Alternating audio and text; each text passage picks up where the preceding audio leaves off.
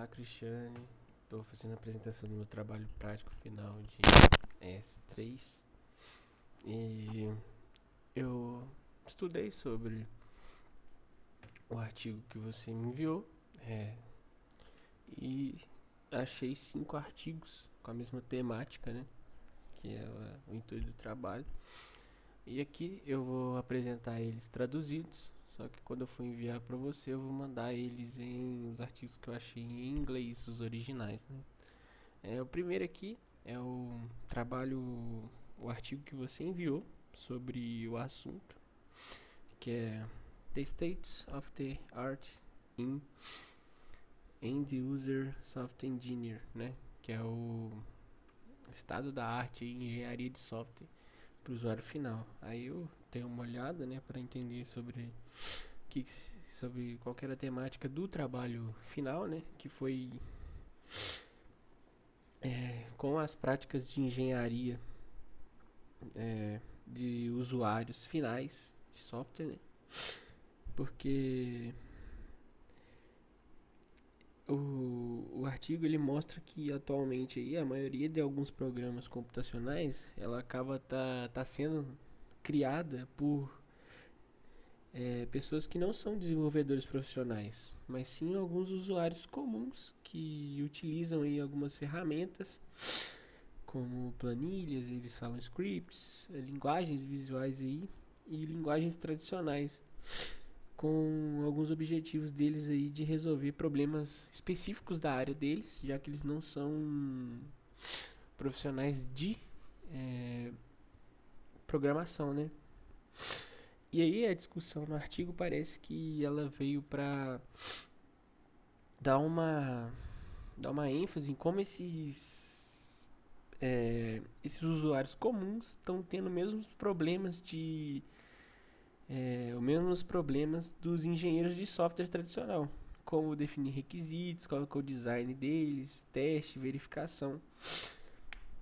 E aí o intuito deles, né, era apresentar uma revisão de como eles podem melhorar essa metodologia para ajudar esses usuários finais a alcançar uma melhor usabilidade ali e confiabilidade do sistema. Para melhorar o seu programa sem a necessidade de um treinamento mesmo formal em engenharia de software. Então, no caso, acho que as temáticas eram sobre pessoas não profissionais na área tendo dificuldade em fazer ali seu próprio criação de software, né? Mas ela às vezes utilizava tipo metodologias que ela aprendeu, mas ela tinha problemas em é, ela tinha problema da matéria de engenharia de software, né? Que era tipo os requisitos, tudo ali que ela precisava.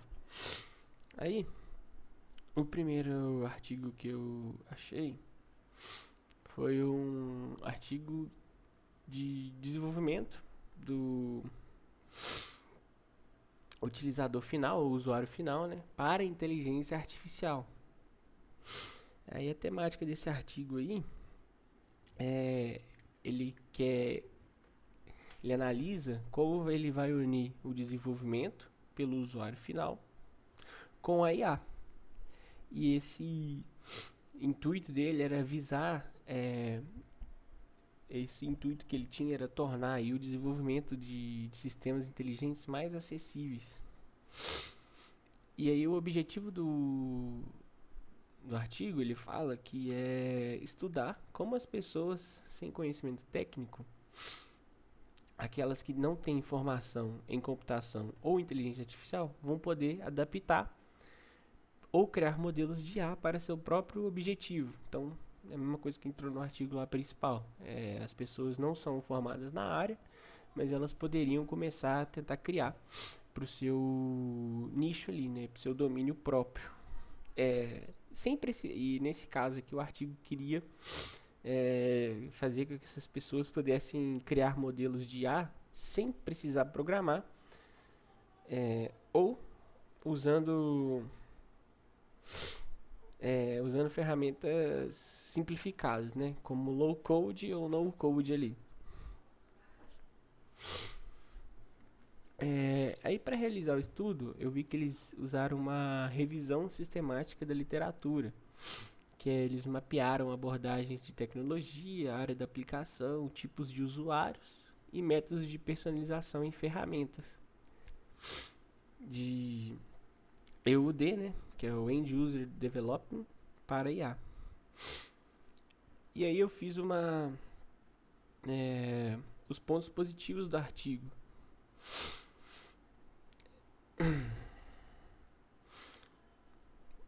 Como é um artigo de literatura, né, ele acabou tendo uma visão abrangente da literatura e ele apresentou uma análise de 22 publicações organizadas por diferentes aspectos, como tipo de usuário, a área da aplicação que ele vai utilizar ali, a tecnologia usada, né, e o nível também de personalização do sistema.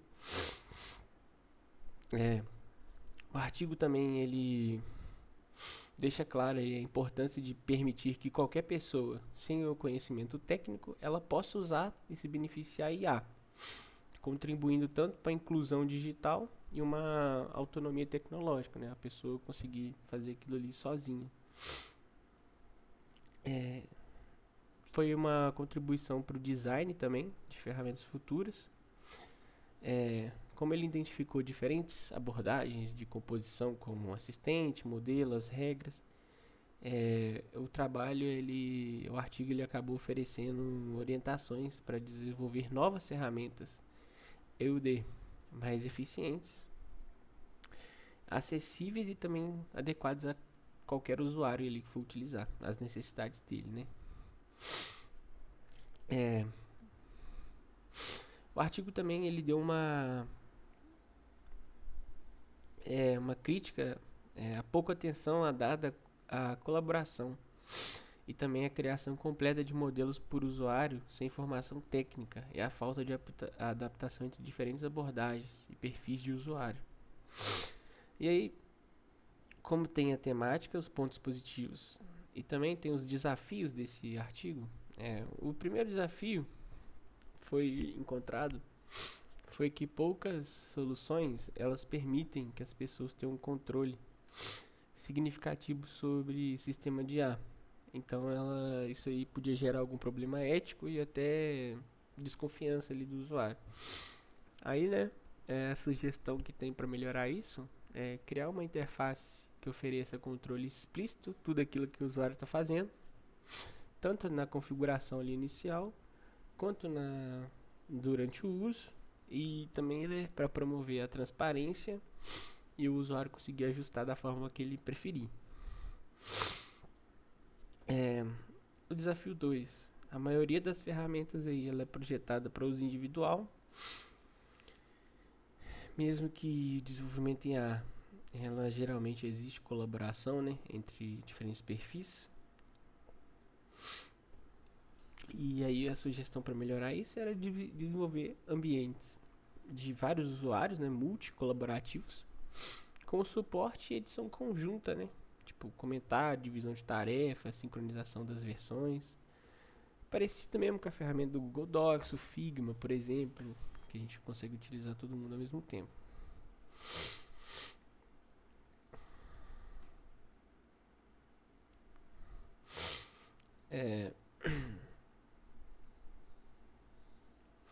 Outro desafio que eu coloquei, que a maioria das ferramentas aí permitem apenas personalizar modelos existentes. Poucas permitem criar modelos do zero, especialmente para usuários sem conhecimento técnico. Então, uma sugestão interessante era investir em ferramentas visuais para a criação desses modelos novos, baseadas em conceitos mais intuitivos, tipo blocos ou assistentes ali que vão ajudar, né? Com validação automática e o feedback do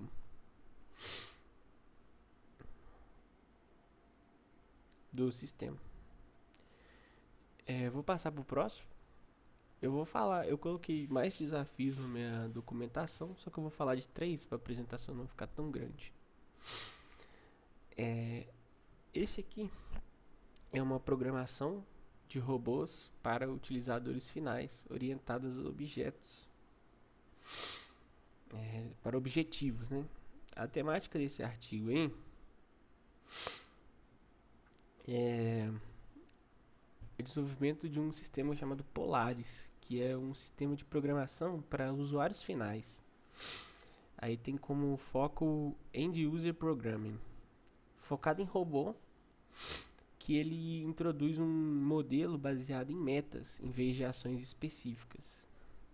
Aí ele é diferente no sentido de... ele é diferente das ferramentas tradicionais, que os usuários eles faziam uma sequência completa de ação. Só que o Polaris, que é esse sistema aí que eles estão utilizando, permite que o usuário especifique apenas os estados desejados, enquanto um planejador ali automático ele encarrega de determinar os passos necessários para alcançar o objetivo, meta por meta. E aí a característica muito legal desse sistema aí que a gente tem na temática é a flexibilidade de controle. Então, o usuário ele escolhe qual que é o nível ali que ele vai desejar de supervisão, desde especificar apenas metas gerais até definir as metas intermediárias e até as mais detalhadas. Então, a temática do artigo é fazer o usuário conseguir programar um robô do zero. O ponto positivo do artigo ele traz uma proposta inovadora, que é o modelo orientado a metas, né? Ele substitui o modelo tradicional por uma abordagem baseada em metas, tornando essa programação aí mais acessível e significativa para usuários que não têm conhecimento técnico. Aí, outro ponto positivo é a flexibilidade na especificação dos programas. Esse Polaris ele vai permitir diferentes níveis de supervisão, né, e controle pelo usuário. Então ele vai se adaptar tanto para um usuário que ele é iniciante, quanto especialistas mesmo na área, né? Então a pessoa pode ali definir as metas dela do jeito que ela quiser. O Polaris ele também vai ter uma interface visual que vai ajudar os usuários a compreenderem e aperfeiçoarem seus programas aí antes da execução, reduzindo erros, aumentando até a confiança no sistema, né? E uma contribuição para design de futuras ferramentas EUP, porque vai ter aplicações práticas, né, para o desenvolvimento de ferramentas mais eficazes, baseadas nos resultados com os usuários. Isso fala no artigo. Aí os desafios que eu encontrei nesse artigo foi o seguinte. Um problema primeiro, que foi que talvez os usuários eles não estão acostumados em pensar em termos de estados desejados. Então, por exemplo, às vezes o usuário ele não vai saber se ele está preparado para ter poucas metas, ter muitas metas, as metas dele estão detalhadas ou não.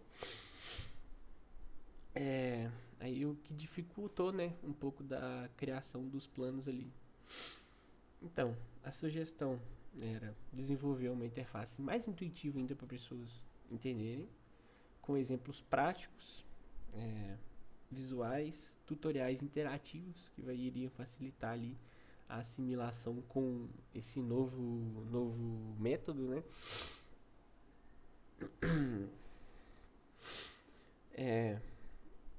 Outro desafio que eles encontraram, que foi a parte que os usuários com pouca experiência previa como o robô apresentar menor desempenho. Usuários com pouca experiência prévia com robôs, que não tem muita afinidade com robô, eles apresentavam menor desempenho e maior carga cognitiva. Então, esse desafio A sugestão foi oferecer um treinamento, né, para essas pessoas, um treinamento personalizado para cada nível de familiaridade com aquilo, com os robôs, e incluindo ali simulações para ele entender como que funcionaria cada parte, e as tarefas iam progredindo.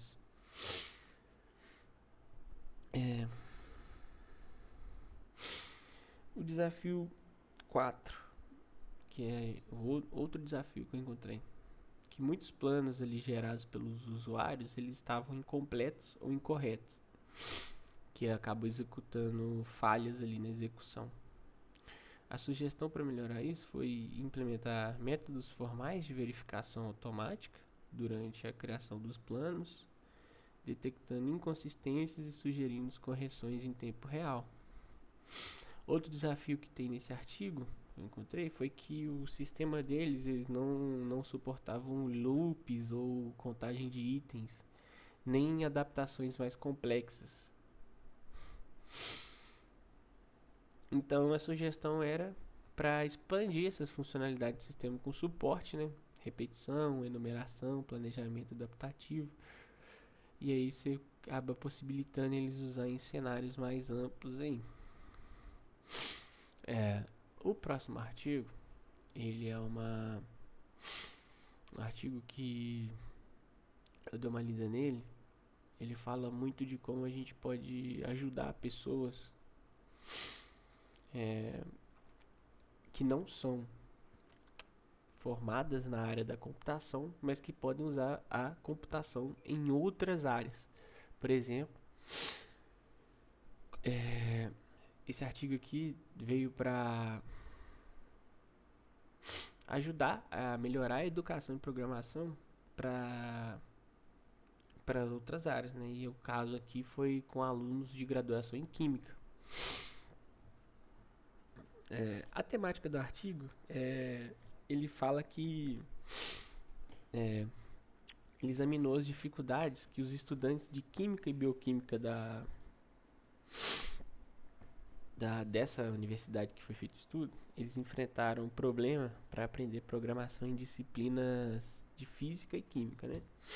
Dentro do contexto da programação de usuários finais, que é EUP.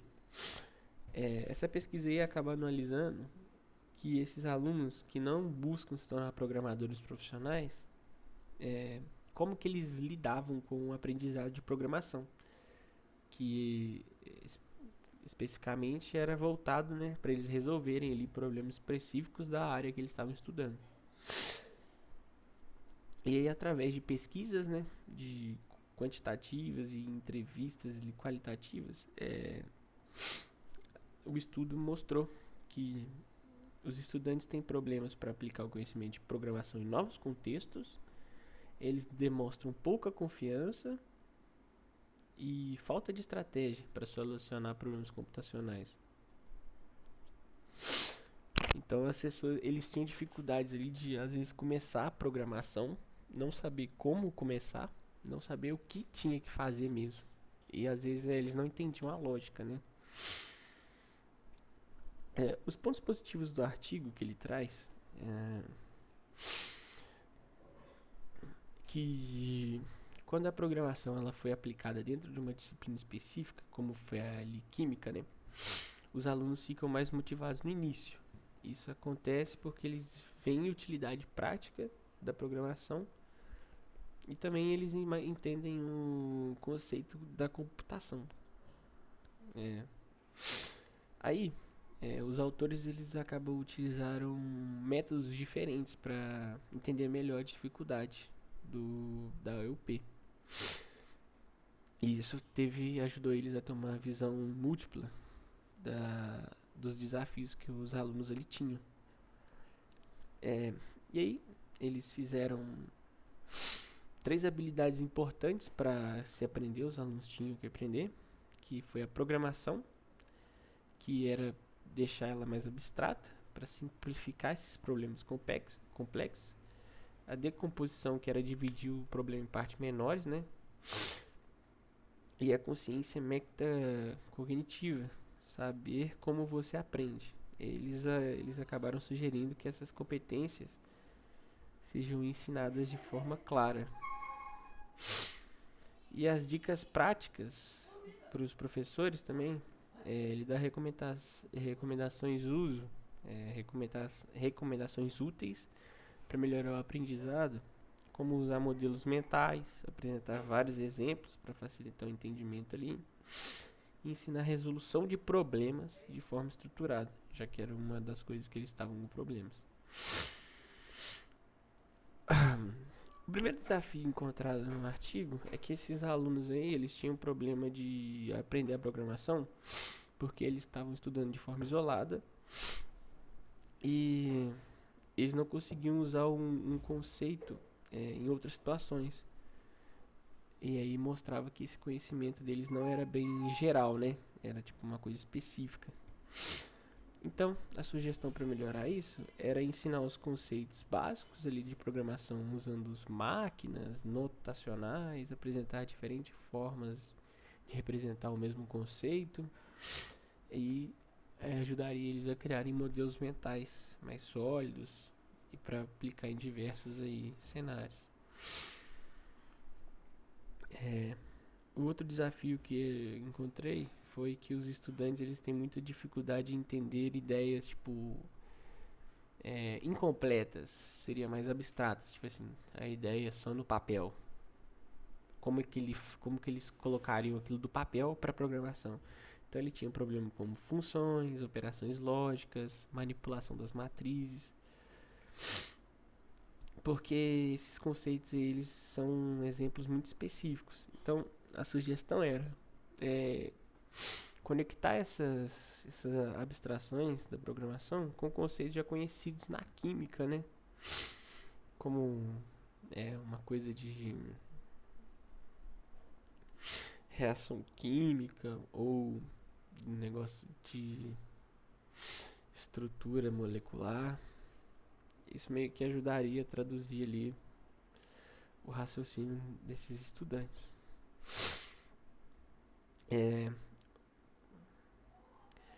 Outro desafio, que os alunos eles não conseguiam quebrar problemas grandes em partes menores, que acabava atrapalhando aí a criação de soluções organizadas e até reutilizáveis, né? Então a sugestão era eles usar submétodos como estratégia de ensino, mostrando como que você vai partir esse grande problema em menores, utilizando até um padrão para poder melhorar isso. E aí incentivar um pensamento, né, mais estruturado e modular. Outro desafio, que muitos alunos eles tinham problemas de programação e tentavam resolver tipo no chute ou tentavam resolver de qualquer jeito, só para dar certo, sem planejar nada, sem testar o código ali, sem revisar mesmo. O que levava eles a erros constantes, né? E a sugestão foi introduzir uma metodologia que melhore isso, que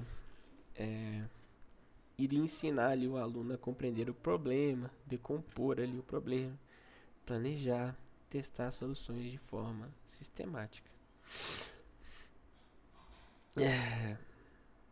O próximo artigo que eu vou falar é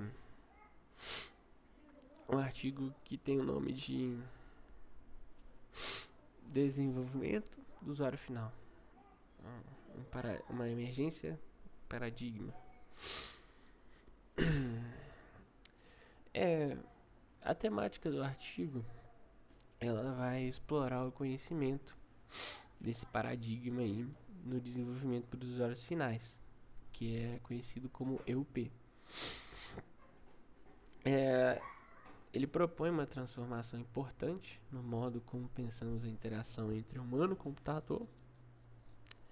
E a ideia ali é ir além de criar sistemas apenas fáceis de usar, dando um passo até a mais para tornar esses acessíveis também para pessoas comuns que não são programadores profissionais, mas que gostariam de desenvolver suas próprias soluções.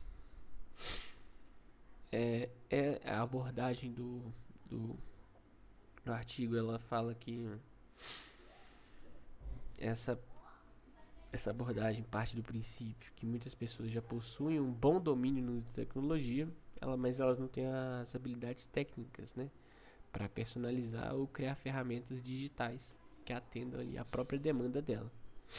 O objetivo da EUD, então, é justamente ajudar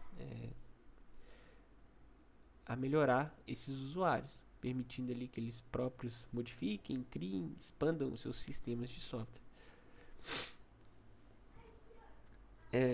E aí eles falam que é para eles aprenderem, né, ajudar esses usuários, mas sempre respeitando ali o contexto, as habilidades e os conhecimentos que esses usuários já possuem. Os pontos positivos do artigo. O artigo conecta a EUD, que é o End User Development, com áreas como engenharia de software, interação humano-computador, trabalho cooperativo, inteligência artificial. Então eles vão ter uma base ali, teórica muito rica, né? E de multidisciplinas. Outro ponto positivo, que é essa ênfase, essa coisa de deixar na autonomia, né? Deixar o usuário ele fazer.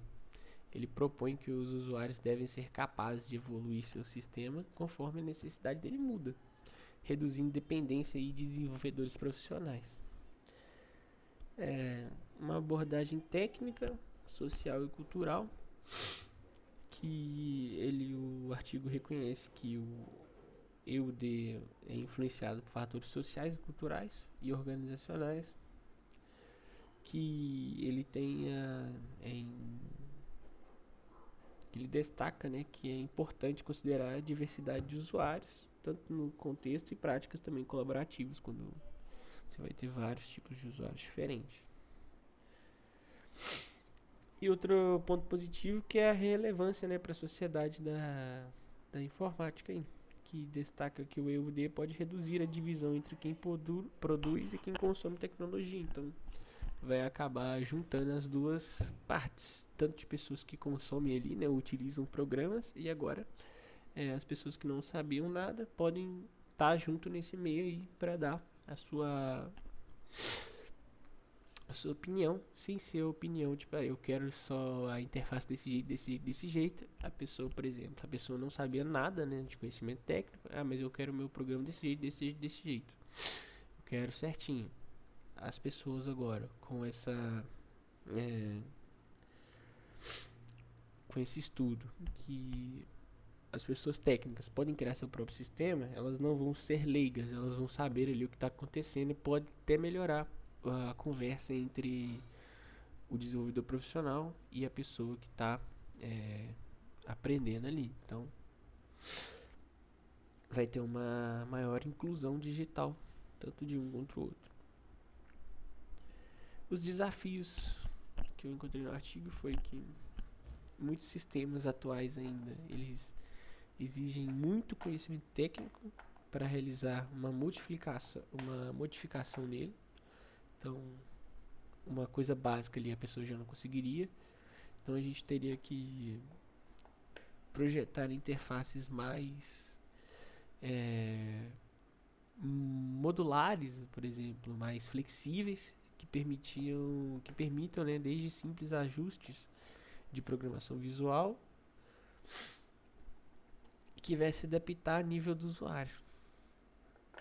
O outro desafio que muitos sistemas não permitem que o usuário modifique ali funcionalidade durante o uso. Então a gente teria que desenvolver arquiteturas flexíveis, orientadas aos componentes, que suportem alterações em tempo real, né? Tempo de execução, sem a necessidade de recompilar ali ou reiniciar tudo. Outro desafio foi que as ferramentas EUD podem ser inacessíveis a usuários com limitação cognitiva, físicas ou sem familiaridade com os termos tecnológicos. Então a gente teria que, a sugestão era incorporar algum design mais universal, acessível ali para eles, como tipo tutorial, integrado, feedback visual, se ele está fazendo certo ou errado, linguagem natural para descrever as ações que ele vai precisar fazer ali. Tudo isso. Tranquilo, agora pro meu último artigo, que é um artigo que eu demorei um pouquinho para fazer, para terminar de ler. E foi interessante que esse artigo, ele é um artigo que ele vai ele fez um mapeamento, tipo, com o objetivo de classificar essas três literaturas que a gente viu nos outros artigos, que é o tipo desenvolvimento de usuário final, programação de usuário final e o software de usuário final. Ele fez um estudo de como essas práticas estão sendo estudadas. Então, por exemplo, a temática do artigo era investigar, né, o estado da arte nas áreas tanto de End User Developer, que é o EUD, End User Programming, que é o EUP, o End User Software Engineer. E essas abordagens aí, elas compartilham a intenção de capacitar os usuários finais, mas elas possuem um foco distinto. Cada uma tem o seu próprio foco ali. O conceito de EUD trata de habilitação de pessoas comuns para desenvolver ou adaptar sistemas de softwares de acordo com a sua própria necessidade. Ela não precisa possuir conhecimento nenhum formal, né? Não precisa possuir conhecimento nenhum formal de programação. O EUP refere às atividades que os usuários criam seus próprios programas, geralmente por meio de linguagens simplificadas ou interfaces visuais, né? Que seria as interfaces de só arrastar bloco. Agora, por sua vez, o EUSE aplica as práticas de engenharia de software na programação feitas por usuários finais, com o intuito de garantir a qualidade do software, abordando aspectos como teste, depuração, verificação. Aí, né, para fazer essa investigação aí sobre essas três áreas, o autor ele analisou 165 artigos publicados entre os anos 2000 e 2017. E eles dividiram o artigo com 7 dimensões: o tipo de abordagem, as técnicas utilizadas, o domínio de aplicação, fase de desenvolvimento, público-alvo e a forma de validação empírica ali. O estudo ele mostrou uma visão ampla e atualizada sobre como capacitar os usuários não técnicos a desenvolverem e adaptarem sistemas digitais, apresentando tendências, identificando lacunas ali, os problemas, né? Destacando quais implicações práticas ali que podem orientar pesquisas futuras e aplicações melhores mais para frente. Os pontos positivos da análise foi a amplitude e profundidade. Como eles examinaram muitos artigos provenientes tanto de conferência, artigo, livro, eles ofereceram uma visão detalhada sobre a evolução dessas áreas e o estado de como elas estão agora. Outro ponto positivo foi uma classificação rica e sistemática, né, já que foram muitas. Como esses artigos foram classificados em 7 dimensões, permitiu identificar conexões entre algumas abordagens adotadas, as técnicas que foram aplicadas também, os públicos atendidos e a forma de validação que foi utilizada. O estudo ele destacou o potencial das abordagens EUD, EUP e EUSE para democratizar esse desenvolvimento de software e ampliar aí a inclusão digital, capacitar mais especialistas de domínio a criarem soluções mais personalizadas ali para esse usuário. Outro ponto positivo é que ele achou algumas tendências e alguns problemas. Foram apontadas algumas áreas promissoras para pesquisa futura, como a integração dessas áreas, como a integração dessas três áreas, com o uso ainda um pouco limitado de ferramentas colaborativas e os desafios relacionados à validação das soluções desenvolvidas aí. Os desafios que eu encontrei foi muita pouca integração entre os conceitos e soluções de três áreas, que, tipo assim, são áreas que acabam estudando o mesmo usuário, que é o usuário final, e eles têm pouca integração. Mesmo que tenham focos diferentes, né, poderiam ser utilizados juntas para melhorar. A sugestão que eu tenho é criar frameworks, talvez híbridos, que combinem elementos das três abordagens, não precisam ser todos, mas né, permitindo que o usuário ele não apenas programe, mas também adapte ali e verifique até a qualidade do software ao mesmo tempo. Aí ele acabaria entrando nas três áreas ao mesmo tempo. Outro desafio, que a maioria das soluções se concentra no desenvolvimento dos artefatos em tempo de design. Então, ignorando ali modificações em tempo de uso, que acaba sendo fundamental, né, para a adaptação contínua ali. A sugestão é projetar um sistema com arquitetura orientada à modificação contínua, permitindo que esses usuários alterem o comportamento ou funcionalidade deles durante o uso, sem precisar reiniciar ou compilar o sistema. Até um dos desafios que eu encontrei no paradigma do artigo anterior.